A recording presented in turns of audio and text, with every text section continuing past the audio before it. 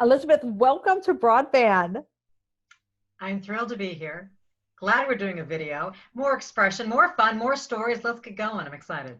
So I won't go too far down the rabbit hole, but Elizabeth is my friend who lives in Oregon. No, you don't say that. Never say Oregon. It's Oregon. And we've known each other many, many years. Mm-hmm. She's a great gal. You forgot the fun part about Oregon. Boring Oregon. Oh, that's right. She lives in boring Oregon. Look that up, people. It really does exist. And it's a beautiful part of the state, the country. It's beautiful. So I'm thrilled that you're here for this interview. Not the first interview we've done together, but I am so glad you're back. And my friends who are listening, you might recognize this voice because this is the voice who introduces and ends the show. That Elizabeth Fournier. So we've got a superstar today. Oh, you're too kind. Waiting for my case of Mountain Dew to arrive at the door. I'll work on it. I don't know if they sell that in here in Rhode Island. No, I'm sure they do. Okay. All right. So what is your business? What's the name of it? And what exactly do you do?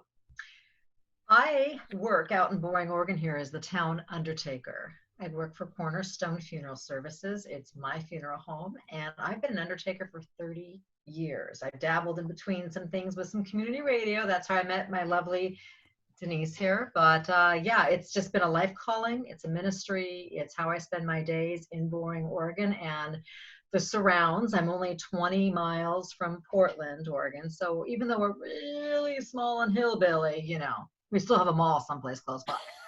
Well, you can't really shop in them right now, but I know it's a pandemic. We have to say something about that darn COVID at every show.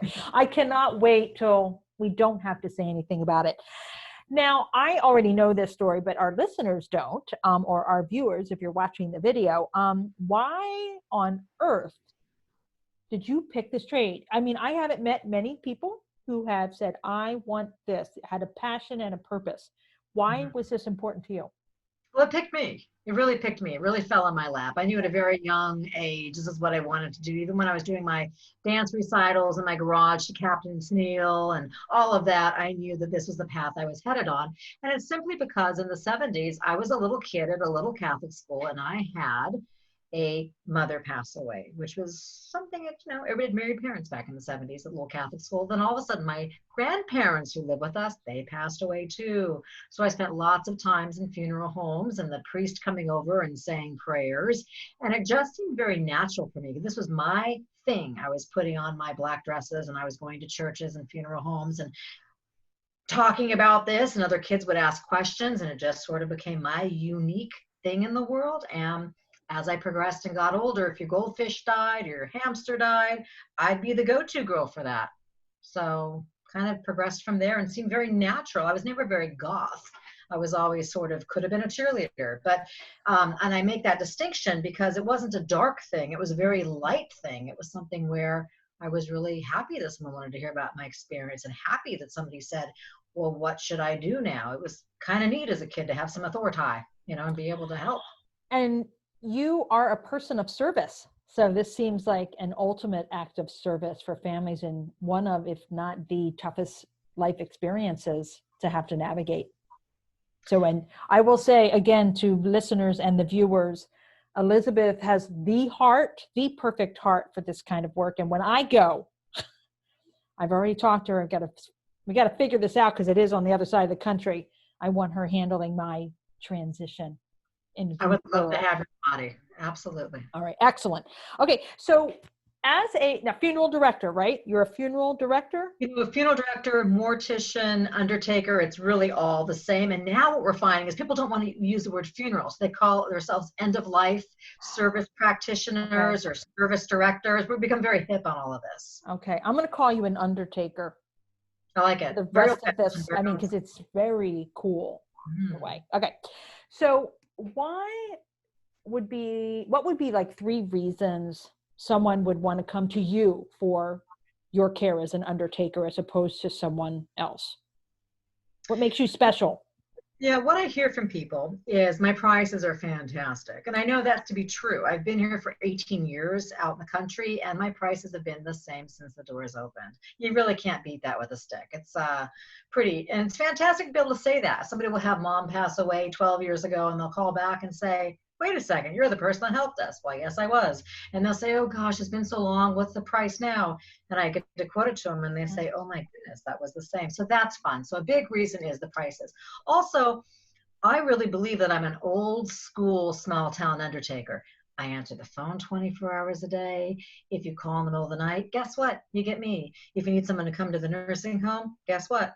It's me. If you pop in to get the ashes a week later or call on the phone call for something, me too. So I think that that's one of those things where you get that front to back continuation where it's not, here's somebody selling you a headstone and here's somebody who's coming to the house and here's somebody who's delivering this or that. You get Elizabeth. So I think that that's been fun. And my backup person, if I need a backup person, is my husband. So it's sort of that mom and pop thing. And I think that's comfortable for people because that's what we used to do back in the day, or it'd be like mother-daughter, or it'd be some sort of continuation of the family chain, the family parlor, if you will. And third wise, gosh, I would love to think that I'm a kind human being. I've been through this. This is something I've done as a young child. I know what it feels like. I know what it's like to grow up without the parent. I am now an adult orphan because both parents have passed away. And I'm at that age now where all my friends are taking care of their adult parents. I have so many friends who moved back to the Portland area because mom or dad are now needing help. So I get it. I'm there with you. I can invisibly hold your hand. And so, yeah, my number rings and you get me. Well, there's also, aren't you like the green mortician or something like that? I'm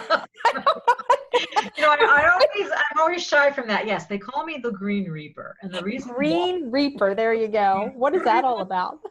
and it's not because I wear green capes. It's not that. It's because I bury people in their yards, which is completely legal where I am in Oregon. A lot of states, actually, it's legal for private land burial. I also really advocate doing natural burial in a lot of standard cemeteries where, again, check out your cemetery locally, or there's so many in every state that allow a natural burial where we're not going to have embalming, we're not going to have the expensive metal casket, you possibly don't have to have the burial vault. So think about all that money you've saved. Think of all of the green in the wallet, the green in the world, that idea. So I really try to help people live their best environmental life, meaning you bring your cloth bag to the store and people drive their Prius and they recycle their cans and bottles. A lot of people, once they get to the end of life, really think, well, that's sort of how I lived and that's sort of what I want to do. So I'm glad to help you get there. Okay, thank you. I wanted to be sure to touch on that. And also I want to share with our listeners and our viewers that you are a published author. You have a book about this topic as well as some other books. So I'm not sure if we'll get to it in our chat today, but I will definitely include links to the books in the show notes. So, okay, so let's say you could go back to your younger self. Mm-hmm. What kind of advice would you give yourself about planning this future to have this business and this work? One thing I would say is don't be so hard on yourself that you were never a solid gold dancer. The show went off the air. So I was always bummed about that. So that's really important because we all have a dream. And don't let anybody tell you your dream is stupid, because I have a shirt that says solid gold dancer and I still wear it and I still dance around. So the dream is alive. But I think that I would have told myself, just go with it and continue to go with it and don't worry about it. And what I mean by it is the funeral industry. In 1990, my first job was during college. I lived in a cemetery and I was the night keeper. And all my friends and family said, what the hell are you doing? This is just ridiculous. Why are you living in a cemetery? Why do you want to work with people who aren't alive? What's your issue? So I was so thankful I stuck to my guns. But you have to believe I was in my early 20s. I struggled with what's wrong with me. If I'm not over my mom's death. So the second guessing that we do for ourselves. And as time went on, I had lots of boys who didn't want to date me because the job I did, or they joke around about, you smell like formaldehyde. So I would think that I want to be listening to those voices in my head that said, can't you find something better to do with your time? Or, oh my gosh, that's so weird. And I wasn't so confident to be able to say, well, That's okay.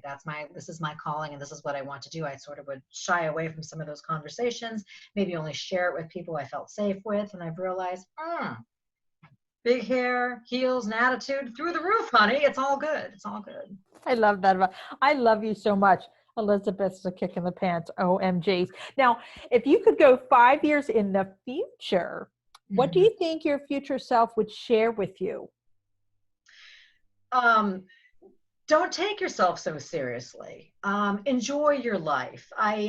Weirdly enough, I just went on a plane last week and I went to California. There's fires going on and my family's ranch that we've had for many generations burned, and a cousin put a call out saying, please, any cousins that want to come help. And I thought, oh, I can't get on the phone. I can't get on a plane. I can't leave. I'm so busy at work. I can't possibly do this. And my husband said, for God's sakes, get on the plane, go see your relatives, go be a part of this. And it was wonderful and great. And I thought, oh my goodness, vacationing is a good idea occasionally, and getting away from work and not reading every book in your free time about death and dying. There's something good about that. So that idea of allowing myself to not work 7 days a week like I do, and always be pushing and pushing and pushing to know the latest technique or be able to educate something about somebody. It's okay to just, I don't know, go to YouTube and watch old solid gold videos. It'll be okay. The dream is still alive, baby. When was your moment when you realized I've got this? There's a couple of them. One was after my very first natural burial. I had this amazing experience. I got a call from a family. I just started working here in the country. I've always worked either for the Catholic Church or a corporation, and there's lots of rules in place, and they kind of tell you what to do, and you just sort of fill paperwork out and stand in your black suit and do your thing. But when you end up just, ba-boom, here you are, and you're managing and directing and being the undertaker. It's just me in the building. And I got a phone call from somebody, and they wanted to bury Wanda, the Wanderer, because that was her thing, on their community intentional place where they lived on this private property. And I instinctively thought, I don't know what I'm doing here, but I also instinctively thought, I want to know what I'm doing. I want to make this a reality. So after I went through all the steps and made all these phone calls and found out, guess what? The rest of the city and town and no one else knows what they're doing. We worked together to realize there's nothing on the books that says this can't happen. Finally found a zoning department locally that said, yes, you can do this. And to be able to create this from my trepidation and fear of, oh my gosh, am I going to go to jail the rest of my life, to realizing, no, this is what we did 150 years ago. This is fine. This is legal. It's okay. And watching this unfold and watching this beautiful community come together and feasting on fish that was caught at the river and watching her wrapped in this quilt that she made when she was young. And I drove home from that and I thought, wow, I thought my calling was because I know how to be kind, because I was a little strange, little crazy girl who had a broken heart and an unrealized dream. And I figured, maybe that's what it was. But as I drove home, I realized, no, this is why I was called to do this, is because I am willing to get people what they want, as long as and there's no one in the building telling me I can't do this. I am my own boss. I can make this stuff happen. And that was really empowering to realize, hey girl, if you don't know the answers, make some calls. You don't have to be shut down by a boss who says, no, that's not how we do these things, or, oh, no, oh, we don't want to be involved in that. So that felt really good to think, wow, I made this happen. And then I was getting calls left and right saying, what are you people doing over there? And, how can I be a part of this? And so that was empowering. We have a mortuary college about 10 miles away. And all of a sudden, when I started burying people in their yards, everybody wanted to intern for me. And I thought, really? That's when you've arrived, right? When the yeah, that's what I thought. You're kidding. You want me to be your boss? I'm just, figuring out as I go along here. So that felt really good. Like, okay, maybe I've got something here. Maybe I know something. Maybe I have some value. Believing in yourself is a big one. And thanks for asking that question, because I think a lot of people, maybe women in general, sort of think, oh, well, okay, hopefully I'll figure it out. And that was my moment. That's so good. That is so good. Thanks for sharing that. I love that. I'm feeling like all inspired, not to be an undertaker, but that's not my thing. That's not my jam. But yeah, knowing that moment when there's not someone you have to check with to try something, to do something, to experiment, to give something, your own agency, your own boss. I love it too. I just totally love it too. So I totally get that. Okay. So if you were going to talk with someone who was just starting this business, or even a business at hand, but this is a very interesting business, so we're going to stick with that. What kind of advice would you give them? First off, I would let them know that if they don't want to embalm people and they don't want to go to mortuary school, you don't have to. The reason people go to mortuary school is to learn all the science and learn all of the bodily things to become an embalmer. You can become a funeral director by having 2 years at least of college elsewhere, passing a test, interning. So when I first started this job back in the 90s and in the 2000s, they always hired the combination funeral director embalmer.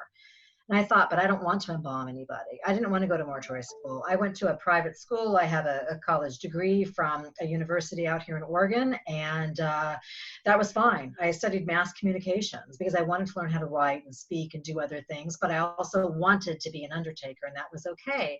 I didn't want to embalm people. I didn't want to deal with the chemicals, and now I'm just so thankful because I inherently knew that's not who I am. That's the part of job I don't want to be a part of. And it's been okay. 30 years later, here I am. So it's been okay. And again, listening to yourself, but that's something I would really tell people. You don't have to, because there are people who say, I really want to help. I really want to be creative. I really want to do this, but there's that one piece of it that makes me a little bit uncomfortable. So that is a huge thing that I unveiled throughout my time, realizing, Wow. yeah, you can I do didn't that. know that. I did not People know are that. shocked when they say, you didn't go to mortuary school? And I think, no, I legally did this by not go, because again, people are told, oh, mortician, mortuary school. There's these boxes and things, and you kind of can do it your own way. It works out just Yeah, I fine. love that too. I did not know that. I thought you had to have this big advanced degree and all this whatever, whatever, whatever. Look at that. Okay.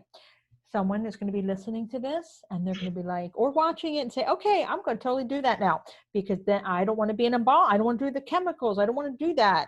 That's very For a lot cool. of people, it's a second or third career. It's that idea of, I'm now in my 50s and 60s. I still want to do something where maybe I, meet with people, or I feel like I wanted to be a nurse, or I wanted to be a medical examiner. I wanted to work with hospice or something. And this is another alternative to that, where you can actually just be a kind, loving human being and invisibly hold their hand through the process. And you don't have to go back to college for a mortuary degree.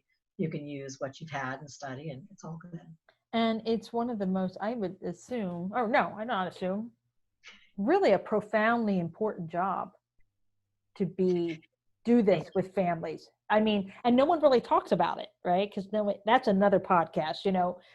We don't as a culture talk about death Yeah. very Yeah. openly. And that's another thing that I value and appreciate about you, is that I'm going to use this word, I don't know if it's the right word, but you normalize the conversations around what to do and how you can care for the person you love when they transition into this next realm, if you believe that or not, or what have you.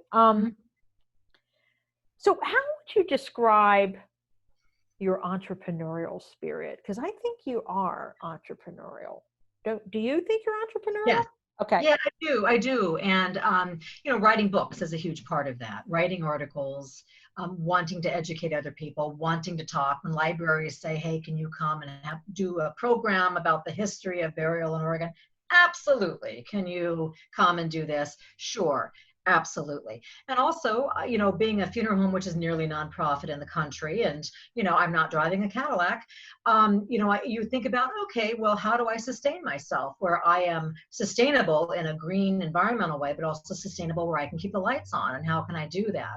And realizing, you can have artisans come in and use your space for other things. I have bereavement yoga, which goes on in my chapel.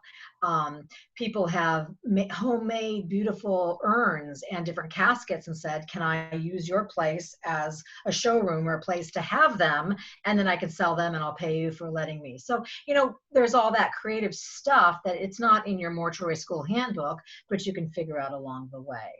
So I think another way just to be, that fancy word you said, Entrepreneurial. and I get that wrong all the time. When families come to see me, I open the door and greet them outside and say, hello, please come into my parlor.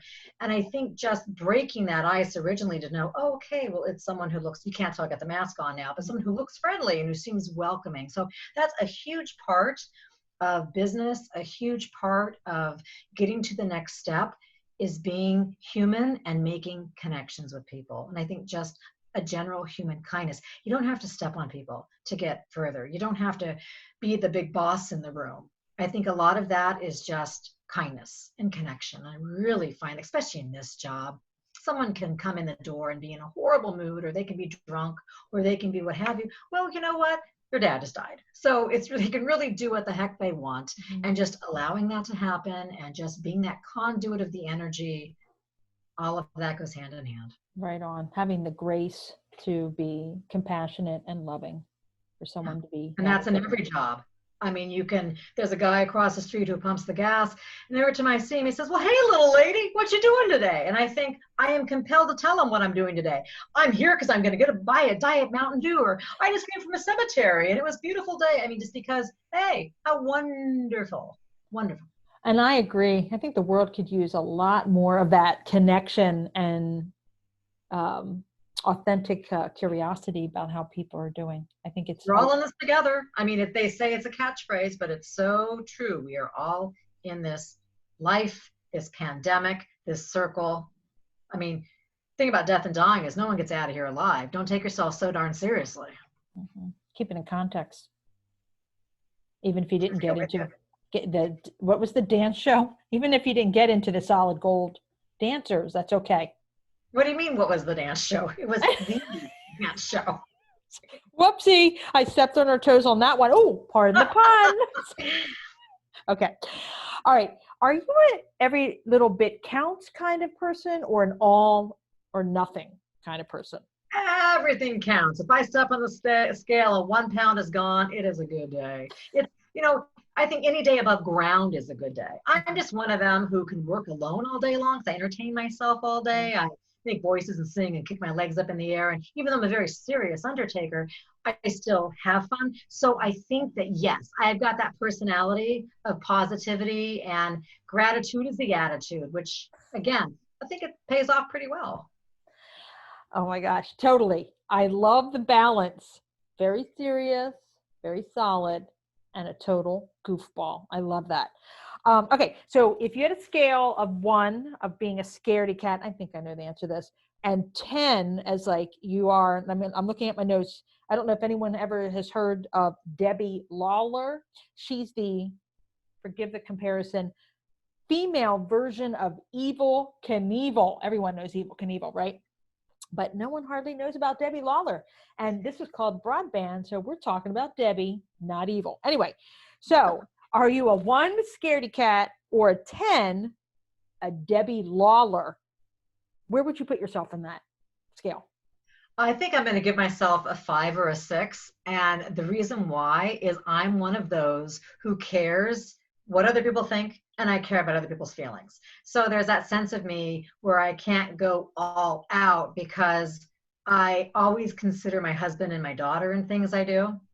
And I also feel that, again, I mean, as the town mortician, I'm called to judge the deep dish contest and the pumpkin contest. And I mean, people, expect me to do these things right. And so, right, you show up and there's a certain decorum, there's a certain demeanor, yet you still can have your personality. So again, I think it's that balance where I wouldn't just say, hey, husband, person, and kid, I'm going to Costa Rica for a week. Woo! I wouldn't do that just because, So no, I mean, and I guess I wouldn't strive to be a 10, maybe in some places. We've covered that one quite a bit now where I wish I was a 10, but for the most part, yeah, I would say I'm right in the middle there. I love that. You're totally cracking me up. Oh my God. So, we're coming close to the end of our conversation, believe it or not, but,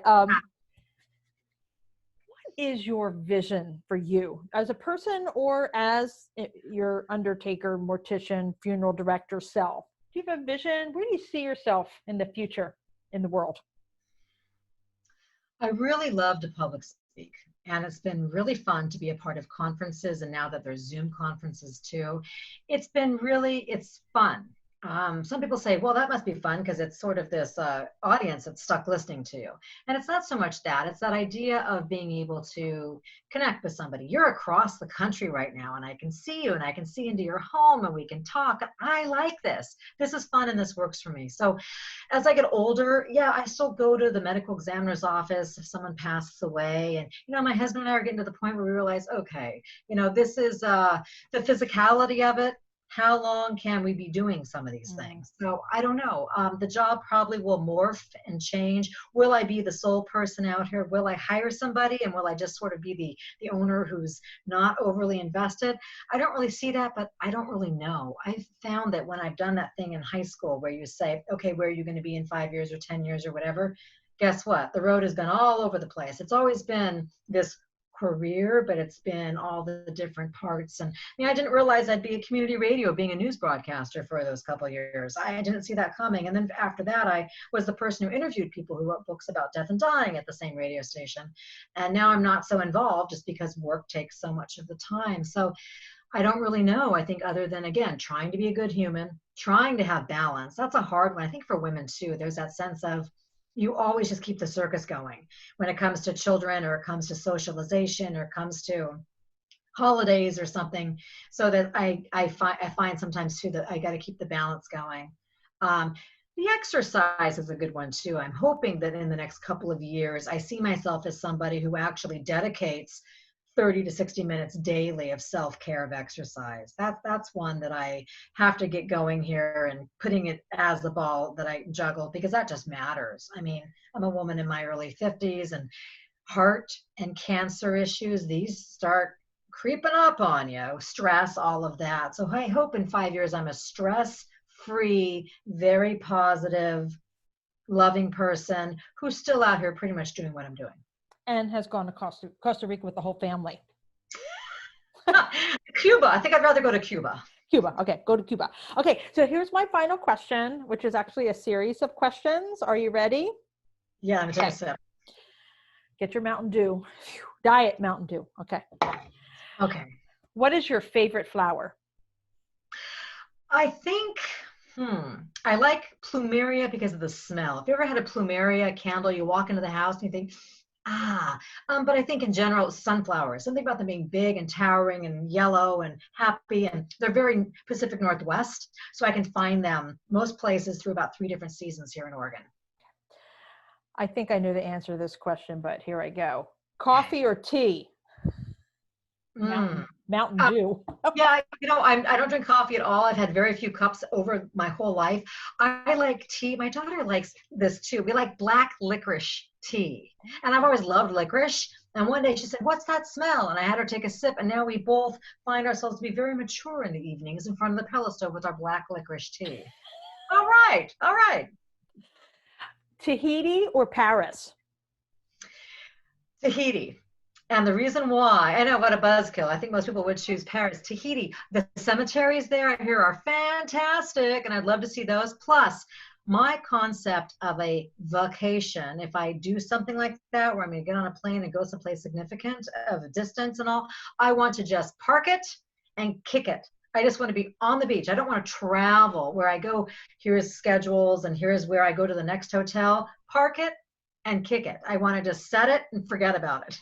I love that. I wrote that down. Park it and kick it. All right. I think there's a quote or a bumper sticker in there. I've never said that before. That was fun. Are you an intention setter or a goal getter? I'm going to say intention, because I'm peace, love, and kumbaya the whole way.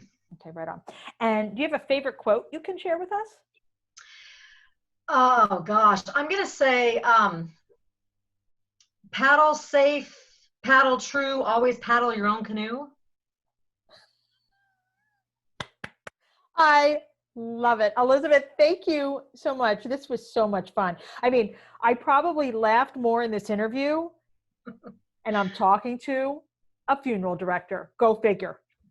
Well, life is so serious. We have to all stand in line and pay bills and the minutia. So let's just have fun and love each other in the meantime. I'm glad you're laughing.